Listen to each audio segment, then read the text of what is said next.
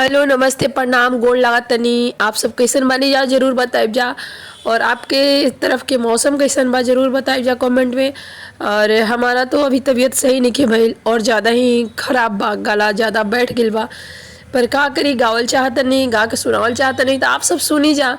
और थोड़ा आवाज़ में परिवर्तन लगी तो माफ़ी चाहतनी, माफ़ करब जा। काहे कि जुकाम ज़्यादा बा इसलिए। और लाइक करी जा, सब्सक्राइब करी जा और ज़्यादा से ज़्यादा शेयर करी जा और एक प्यारा सा कमेंट करी जा ताकि हमरा अच्छा लगे और अच्छा फील होके। तो सुनी जा मज़ेदार झूमर और क्या।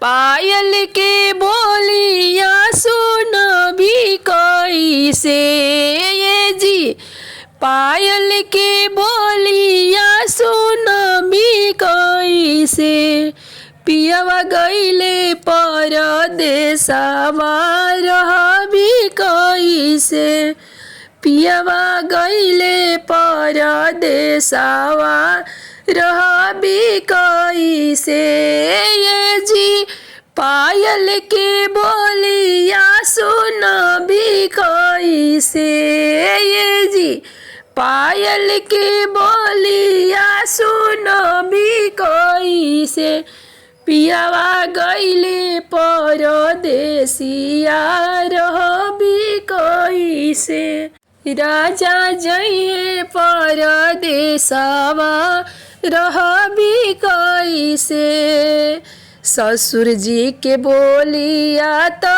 हम सह लेबो, ससुर जी के बोलिया तो हम सह लेबो, ए जी सासू जी के बोलिया सहबी कइसे ये जी, सासू जी के बोलिया सहबी कइसे, राजा जइहे परदेसवा रहबी कइसे, पियवा जइहन परदेसवा रहबी कइसे ये जी, चूड़ी के बोलिया सहबी कइसे ये जी, चूड़ी के बोलिया सहबी कइसे, पियवा जइहे परदेसवा रहबी कइसे,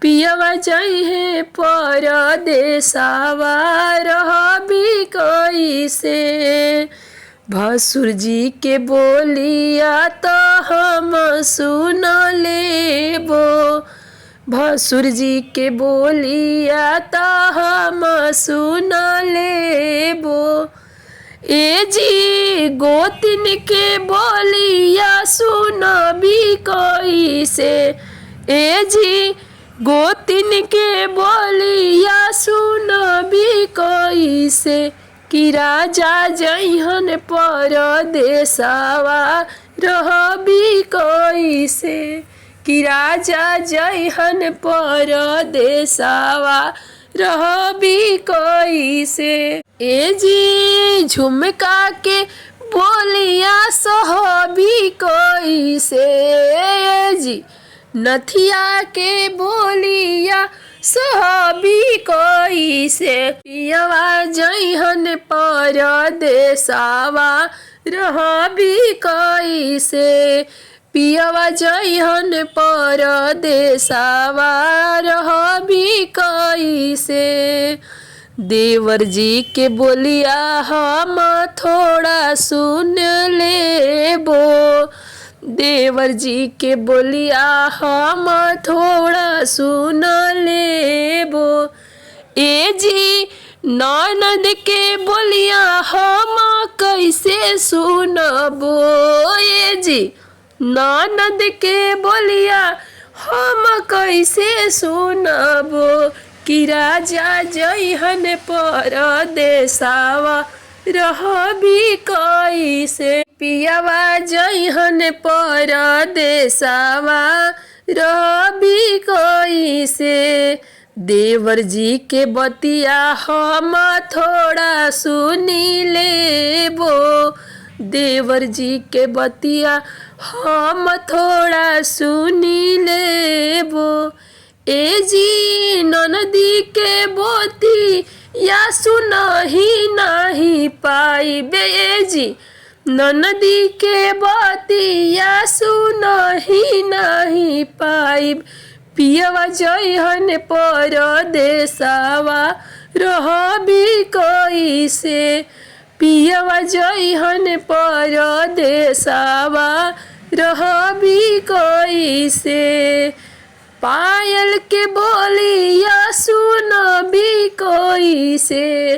ए जी पायल के बोलिया सुनबी कइसे। कि राजा जइहन परदेसवा रहबी कइसे। कि राजा जइहन परदेसवा रहबी कइसे। कि पियवा जइहन परदेसवा रहबी कइसे। प्लीज़ माफ़ करब जा, आवाज़ में थोड़ा परिवर्तन लगी, हमारा गला बहुत ज़्यादा बैठ गया बा, फिर भी